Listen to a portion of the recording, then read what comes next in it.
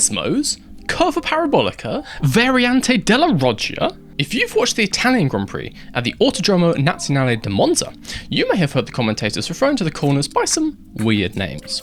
What do they mean? And where is each one? We've looked at Spa and Silverstone in previous videos, so now it's time to take a look at the circuit that's held more Grand Prix, yes that is correct, than any other circuit, Monza. This video will be a little quicker than the others because, well, Monza has less corners. I will still be covering all the names for corners which have multiple, and as before, sorry, but I will be getting every single pronunciation wrong because I am British. This time, I don't really need to explain the name of the circuit itself. It's in Monza, therefore it's called Monza. All good with that? Nice. In that case, let's take a little tour around the track to talk about all the other names around here. We start the lap on the pit straight, the Rettifilo Tribune. Yes, the pronunciation will be that bad. Rettifilo is Italian for straight, as in, like, in the racetrack sense, not straight like straight.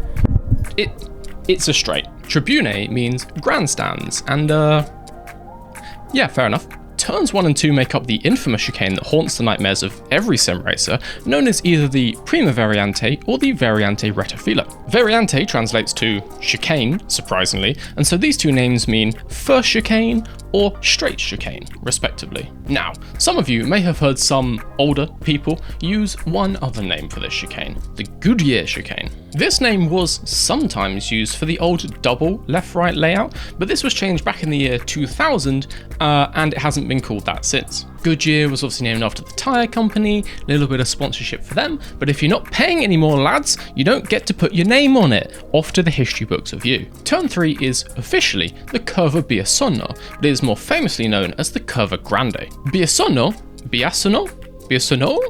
I don't know, is a nearby town, here. And so this name makes a lot of sense. It is less fun, however, than the other name, Curva Grande, big curve. Why is it called this?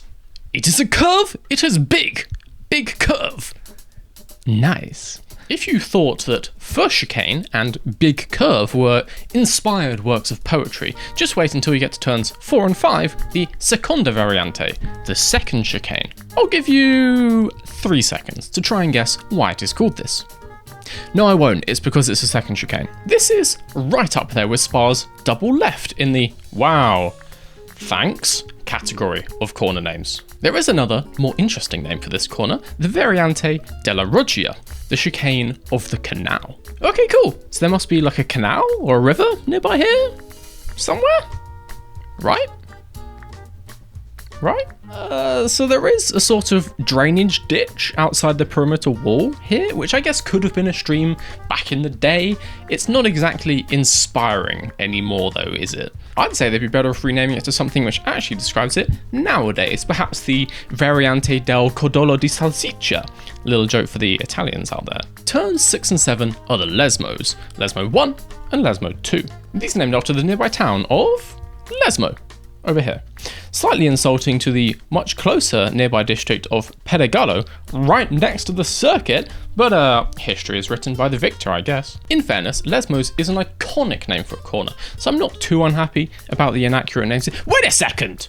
There's a river right here. These corners have a river right by them, and you call this thing of the canal.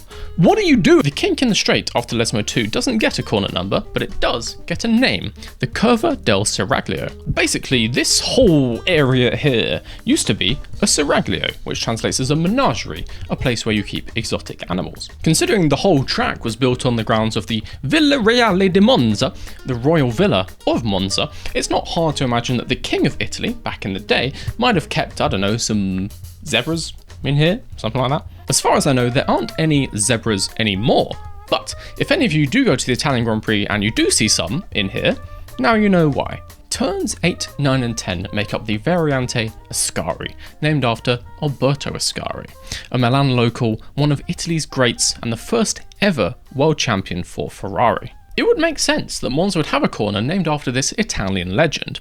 What some people don't know though is this is also the corner where he died. Just 4 days after his famous crash into the harbour at Monaco, on the 26th of May 1955, Ascari was testing a Ferrari 750 here ahead of the 1,000 kilometres of Monza. On the exit to this corner, which used to just be a fast left kink, he lost control of the car, flipped it twice, and was thrown from the car onto the racetrack, dying almost immediately. Now, personally, I would say it feels a little wrong to give someone's name to the corner which killed them. It would be like calling turn 2 at Imola Senna. It doesn't feel right, does it? But, sadly, it would seem that I don't make the rules. At the very least, after Ascari's death, they did add this triple apex chicane to make the corner safer. 27 years after his death, mind you, but you know, it's the thought that counts. The straight down to turn 11 is called the Rettifilo Centro, or the Rettifilo Parabolica. Centro translates to centre, as this is right in the middle of the old oval track, and Parabolica refers to one of the names for turn 11. Speaking of, turn 11 is most famously known as Parabolica, which translates to parabolic. This is a mathematical term describing the shape of this corner, which follows a perfect parabola. Which follows an almost perfect parabola, if you only look at one half of it. Despite how famous this name is, the corner was actually officially renamed last year to become the Curva Alboreto, named after Michele Alboreto, another Italian, another Ferrari boy. 3 wins for the red team, and also 2 second places at Monza in 5 seasons. Despite this not mind-blowing career, he is joint 3rd on the Italians with most wins all-time list, and he is also 2nd on the Italian Ferrari drivers with most wins all-time list. So I guess he was a good candidate because number 1, Ascari, already has a corner. I will say, considering how many cars they make, Italy always has a surprisingly not very good history of drivers in Formula 1 if Alboreto is the 2nd best. I am sure that sentence is going to make some people very unhappy. But there we go.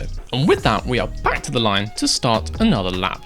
Quite a simple lap around Monza, which sounds exotic if you don't speak Italian, and I assume sounds quite ordinary if you do. Please feel free to tell me down below all the many things I got wrong in this video, and also how Alboreto is in fact the best driver ever in Formula 1.